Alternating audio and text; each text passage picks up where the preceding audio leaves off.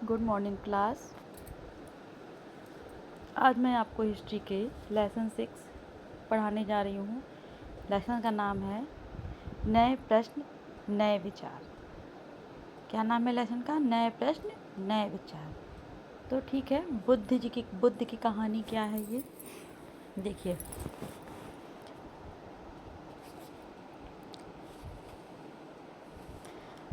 बौद्ध धर्म के संस्थापक सिद्धार्थ थे, जिन्हें गौतम के नाम से भी जाना जाता था, मतलब जाना जाता है आज भी।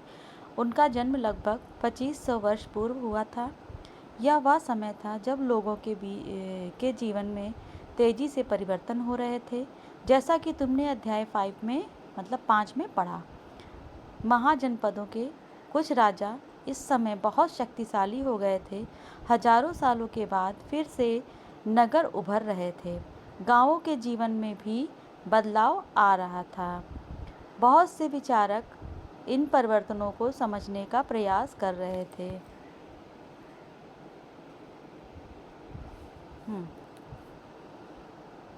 वे जीवन के सच्चे अर्थ को भी जानना चाह रहे थे। बुद्ध क्षत्रिय थे। बुद्ध क्या थे? क्षत्रिय थे तथा शाक्य नामक एक छोटे से गढ़ से संबंधित थे। मतलब शाक्य नाम के एक छोटे से गढ़ से संबंधित थे।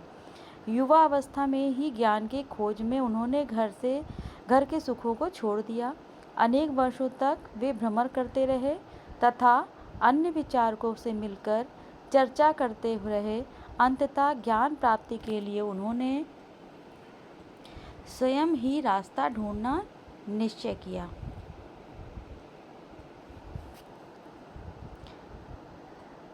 इसके लिए उन्होंने बोध गया यानी जो बिहार में एक पीपल के नीचे कई दिनों तक तपस्या की। अंततः उन्हें ज्ञान प्राप्त हुआ। उसके बाद उन्हें क्या हुआ? ज्ञान प्राप्त हुआ। इसके बाद से वे बुद्ध के रूप में जाने गए। यहाँ से वे वाराणसी के निकट स्थित सारनाथ गए, जहाँ उन्होंने पहली बार उपदेश दिया। काशीनारा में मृत्यु से पहले का शेष जीवन उन्होंने पैदल ही एक स्थान से दूसरे स्थान की यात्रा करने और लोगों को शिक्षा देने में व्यतीत किया। बुद्ध जी ने अपना जीवन ऐसे व्यतीत किया। ठीक है, आगे देखते हैं क्या है। बुद्ध ने शिक्षा दी। यह जीवन कष्टों और दुखों से भरा था। इनका जीवन क्या था? कष्टों और दुखों से भरा था। और ऐसा हमारी इच्छा और लालसाओं मतलब जो हमेशा पूरी ना हो सकती हो के कारण होता है। कभी कभी हम जो चाहते हैं वह प्राप्त कर लेने के बाद भी संतुष्ट नहीं होते हैं और अधिक अन्य वस्तुओं को पाने की इच्छा करने लगते हैं। बुद्ध ने इस लिप्सा को लहजा यानी तृष्णा कहा है। बुद्ध ने शिक्षा दी कि आत्म संयम अपनाकर हम ऐसी लालसा से मुक्ति पा सकते हैं। ठीक, उन्होंने लोगों को दयालु होने तथा मनुष्यों के साथ साथ जानवरों के जीवन का भी आदर करने की शिक्षा दी। वे मानते थे कि हमारे कर्मों के परिणाम, चाहे वे अच्छे हों या बुरे, हमारे वर्तमान जीवन के साथ साथ बाद के जीवन को प्रभावित करते हैं। बुद्ध ने अपनी शिक्षा सामान्य लोगों की प्रकृति भाषा में दी। बुद्ध ने अपनी शिक्षा सामान्य लोगों की प्रकृति भाषा में दी। ठीक है, इससे सामान्य लोग भी उनके संदेश को समझ सके। तो वेदों की रचना के लिए किस भाषा का प्रयोग हुआ था? कमेंट में बताइएगा। इसमें क्या है? सारनाथ स्तूप में क्या है? इस इमारत को स्तूप के नाम से जाना जाता है। यहीं पर बुद्ध ने अपना सर्वप्रथम उपदेश दिया था। इसी घटना की स्मृति में यहाँ स्तूप का निर्माण किया गया। अध्याय 10 में तुम इन स्तूपों के बारे में और अधिक पढ़ोगे। ठीक है, ये स्तूप है, देखिए यहीं पे इन्होंने पहली बार उपदेश दिया था। ठीक है, बुद्ध ने कहा कि लोग किसी शिक्षा को केवल इसलिए नहीं स्वीकार करें कि या उनका उपदेश है, बल्कि वे उसे अपने विवेक से मापें। आओ देखो उन्होंने ऐसा किस प्रकार किया। ठीक है, देखती है। तो ये देखिए, उपनिषद क्या होता है। इसी समय बहुत से दूसरे अन्य चिंतक भी दार्शनिक प्रश्नों का उत्तर ढूंढने का प्रयास कर रहे थे। उनमें से कुछ मृत्यु के बाद के जीवन के बारे में जानना चाहते थे, जबकि अन्य यज्ञों की उपयोगिता के बारे में जानने को उत्सुक थे। इसमें से अधिकांश चिंतकों का मानना था कि इस विश्व में ऐसा तो कुछ है जो कि स्थायी है और जो मृत्यु के बाद भी बचा रहता है। उन्होंने इसका वर्णन आत्मा और ब्रह्म अथवा सार्वभौम आत्मा के रूप में किया है। वे मानते थे कि अंततः आत्मा तथा ब्रह्म एक ही है। ऐसे कई विचारों का संकलन उपनिषदों में हुआ है। उपनिषद उत्तर वैदिक ग्रंथों का एक हिस्सा है। उपनिषद का शाब्दिक अर्थ है गुरु के समीप बैठना, मतलब गुरु के समीप बैठ के जो गुरु शिक्षा देते हैं उसको उपनिषद बोलते हैं। इन ग्रंथों में अध्यापकों और विद्यालयों के बीच बातचीत का संकलन किया गया है। ये विचार सामान्य वार्तालाप के रूप में प्रस्तुत किए गए हैं। ठीक है,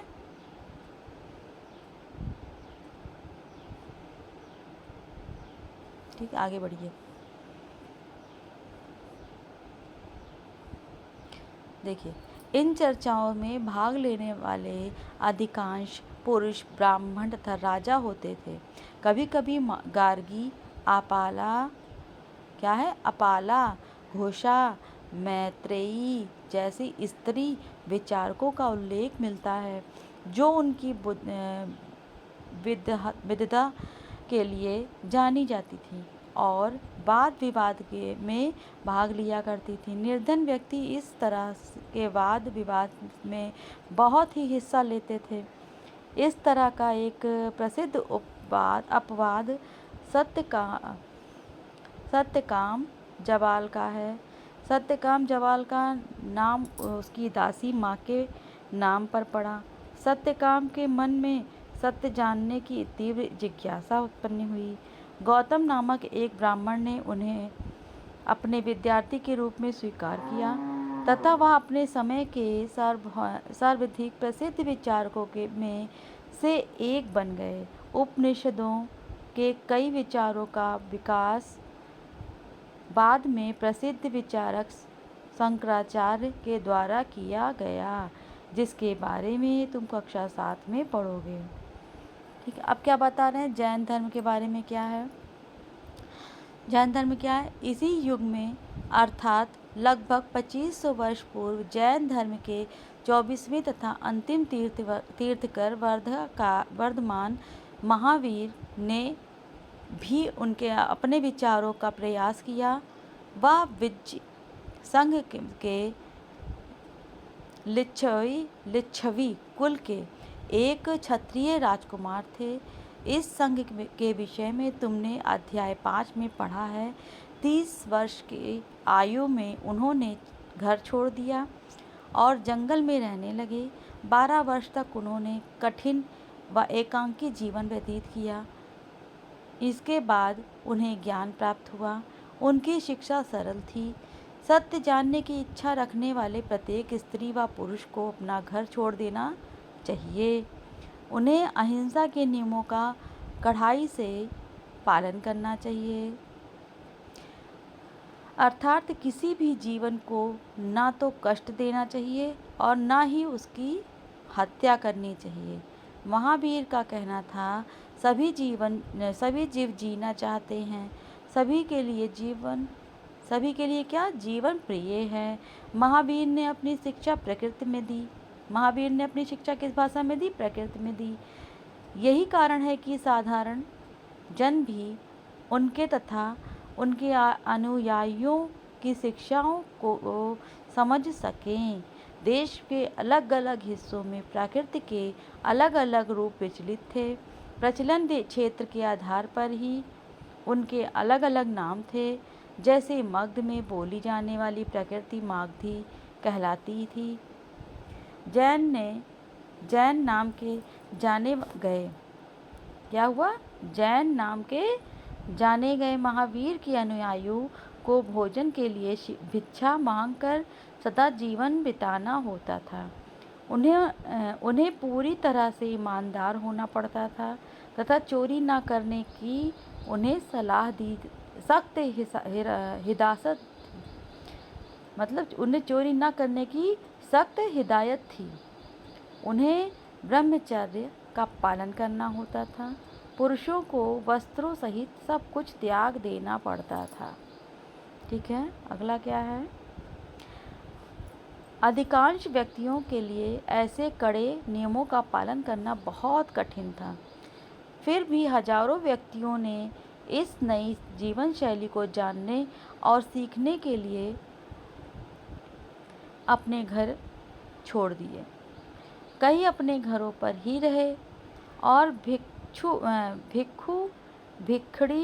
भिक्षुड़ी बने लोगों को भोजन प्रदान कर उनकी सहायता करते रहे। मुख्यतः व्यापारियों ने जैन धर्म का समर्थन किया। किसानों के लिए इन नियमों का पालन अत्यंत कठिन था, क्योंकि फसल की रक्षा के लिए उन्हें कीड़े मकोड़ों से मारना पड़ता था। कीड़े मकोड़ों को क्या करना पड़ता था? फसल के लिए मारना पड़ता था। बाद में सर्दियों में जैन धर्म उत्तर भारत के कई हिस्सों के साथ साथ गुजरात, तमिलनाडु और कर्नाटक में भी फैल गया। महावीर तथा उनके अनुयायियों की शिक्षाएं कई शताब्दियों तक मौखिक रूप में हो रही हैं। क्या हुआ? मौखिक रूप में ही रही हैं। वर्तमान रूप में उपलब्ध जैन धर्म की शिक्षाएं लगभग 1500 वर्ष पूर्व गुजरात में वल्लभी नामक स्थान पर लिखी गई थी, जो कि मानचित्र 7 पृष्ठ संख्या 89 में देख लीजिएगा। ठीक है। संघ क्या होता है? महावीर तथा बुद्ध दोनों का ही मानना था कि घर का त्याग करने पर ही सच्चे ज्ञान की प्राप्ति हो सकती है। ऐसे लोगों के लिए उन्होंने संघ नामक संगठन बनाया, जहाँ पर घर का त्याग करने वाले लोग एक साथ रह सकते हैं, मतलब रह सकें। संघ में रहने वाले बौद्ध भिक्षुओं के लिए बनाए गए नियम विनय पिटक नामक ग्रंथ में मिलते हैं। विनय पिटक से हमें पता चलता है कि संघ में पुरुषों और स्त्रियों के रहने की अलग अलग व्यवस्था थी। सभी व्यक्ति संघ में प्रवेश ले सकते थे। हालांकि संघ में प्रवेश के लिए बच्चों को अपने माता पिता से, दासों को अपने स्वामी से, राजा के यहाँ काम करने वाले लोगों को राजा से तथा कर्जदारों को अपने देनदारों से अनुमति लेनी होती थी। एक स्त्री को इसके लिए अपने पति की अनुमति लेनी होती थी। संघ में प्रवेश होने वाले स्त्री पुरुष बहुत सादा जीवन जीते थे।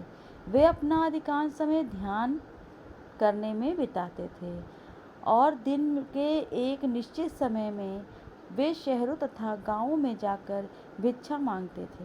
यही कारण था कि उन्हें भिक्षु तथा भिक्षुणी यानी साधु के लिए प्रकृत शब्द कहा गया है। वे आम लोगों को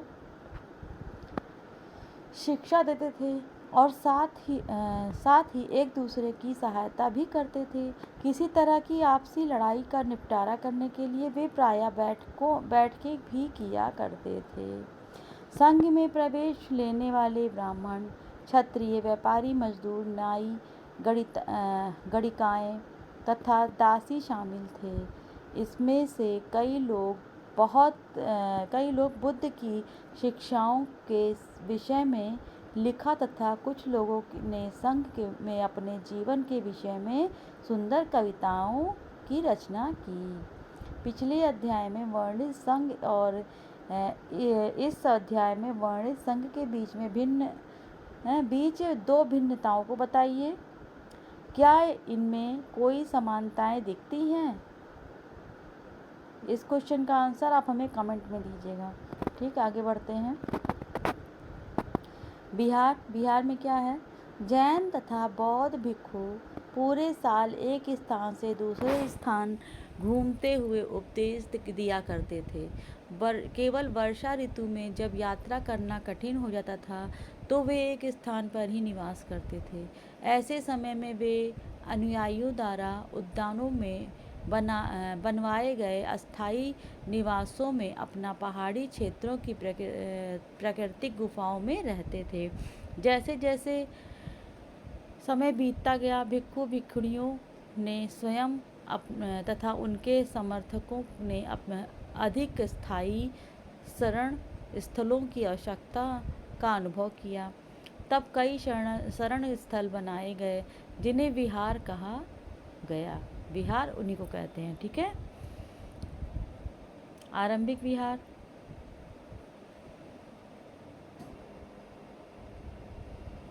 देखिए आरंभिक विहार कैसे बनता है। लकड़ी के बनाए गए तथा बाद में इसके निर्माण में ईंटों का प्रयोग होने लगा। पश्चिम भारत में विशेषकर कुछ विहार पहाड़ियों को खोद कर बनाए गए। प्रायः किसी धनी व्यापारी राजा तथा भूस्वामी द्वारा दान में दी गई भूमि पर विहार का निर्माण होता था। स्थानीय व्यक्ति भिक्षु भिक्षुणियों के लिए भोजन, वस्त्र तथा दवाइयाँ लेकर आते थे, जिसके बदले ये भिक्षु और भिक्षुणियों लोगों को शिक्षा देते थे। आगे आने वाली शताब्दियों में बौद्ध धर्म उपमहाद्वीप के विभिन्न हिस्सों के साथ साथ बाहरी क्षेत्रों में भी फैल गया। इस समय बौद्ध धर्म की एक नई धारा महायान का विकास हुआ। इसकी दो मुख्य विशेषताएं थीं।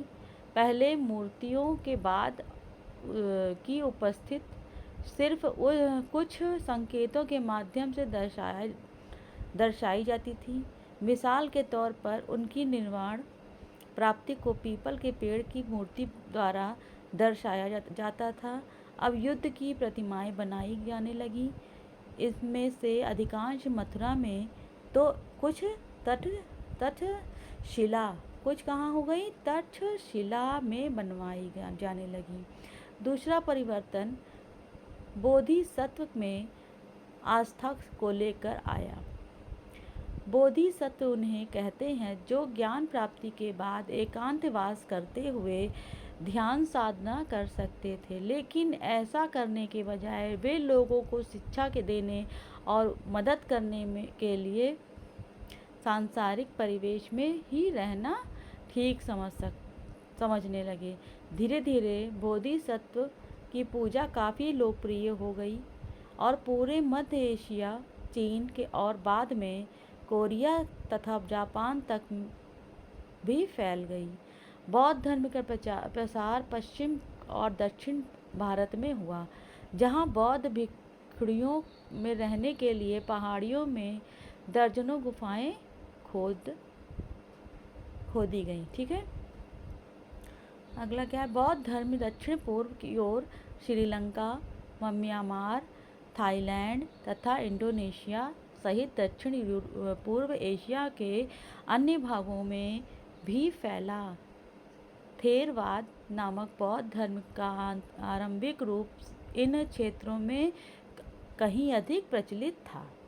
ठीक है, ये हो गया आपका। अब यहाँ क्वेश्चन आंसर हैं आपके, ये उपयोगी शब्द हैं यहाँ के, देख लीजिए। क्वेश्चन क्या है?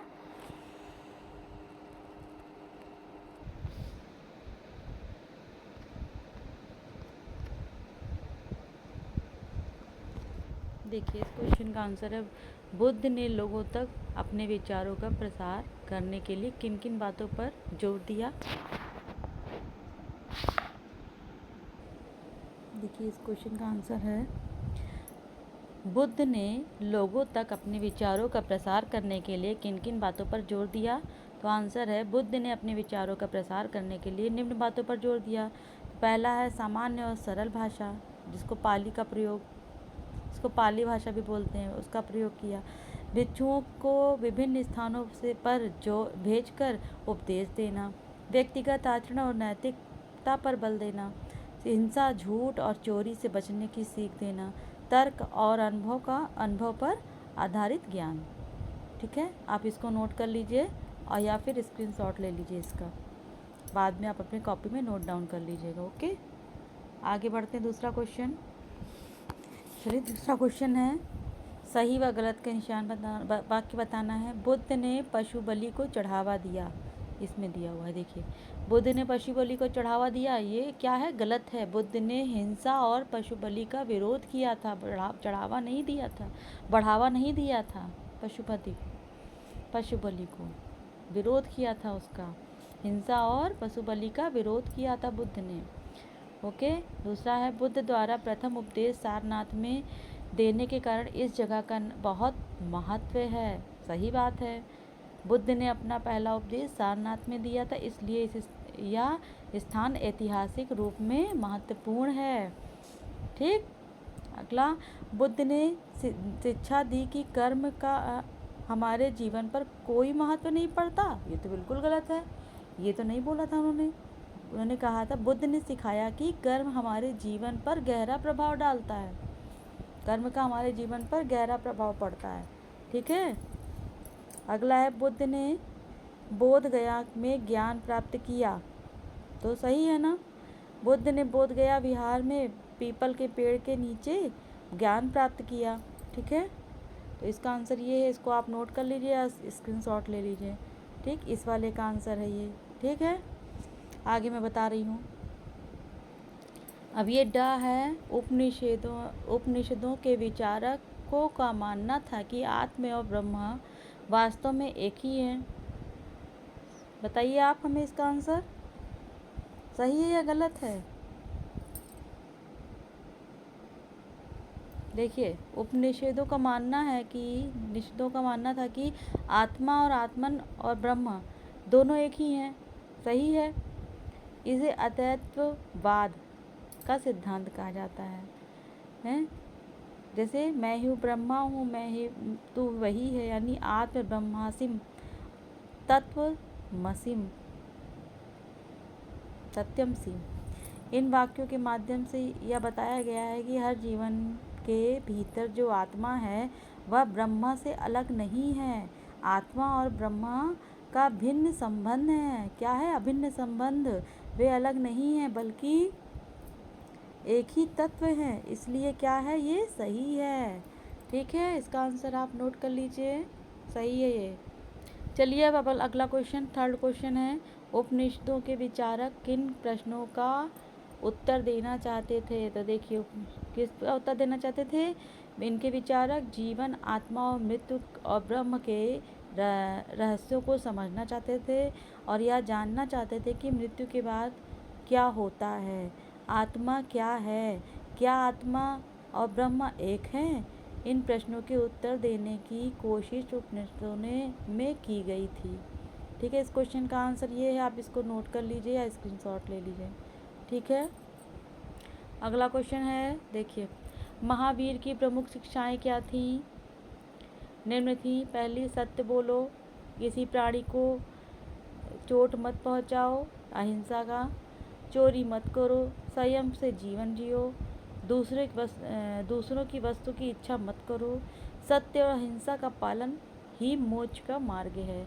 ठीक, इसको कर लीजिए आप, ये भी स्क्रीनशॉट ले लीजिए।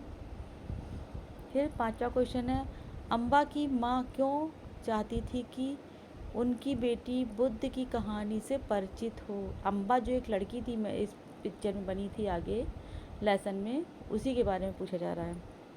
तर्क शक्ति में उन्होंने बताया, अम्बा की माँ चाहती थी कि उनकी बेटी बुद्ध की कहानी से इसलिए परिचित हो क्योंकि बुद्ध के जीवन और शिक्षाओं से उसे करुणा, सत्य और त्याग की प्रेरणा मिलती है।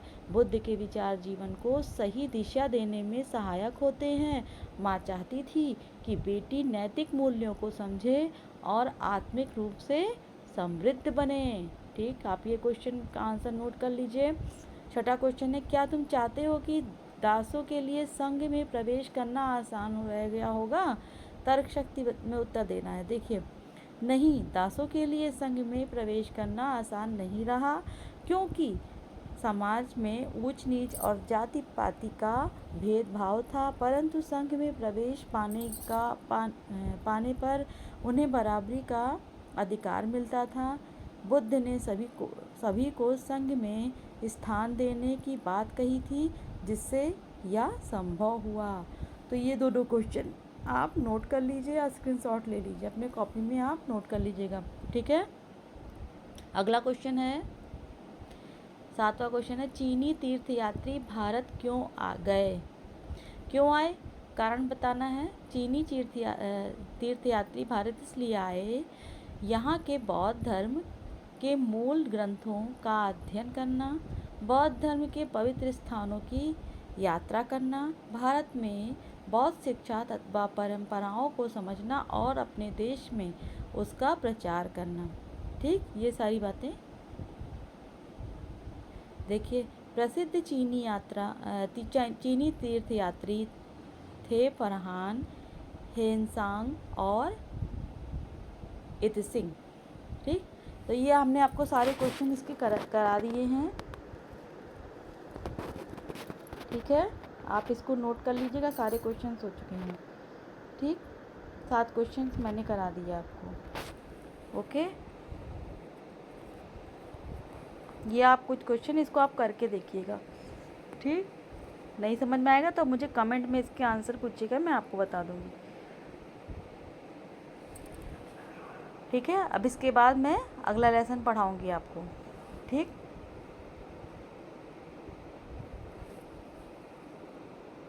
ठीक है, आपने ये लेसन पढ़ लिया है, मैंने पूरा पढ़ा दिया आपको, क्वेश्चन आंसर भी सॉल्व करा दिया, आप इसको सॉल्व कर लीजिएगा अच्छे से। और इसके बाद अध्याय 7 यानी लेसन 7 में अगले वीडियो में पढ़ाऊँगी। आप रेडी रहिएगा और प्लीज़ मेरे चैनल को लाइक सब्सक्राइब ज़रूर करते रहिएगा, शेयर भी करते रहिएगा, ताकि मैं लोगों तक अपनी इस लेसन को पहुंचा सकूं, लोगों की मदद कर सकूं। ठीक है।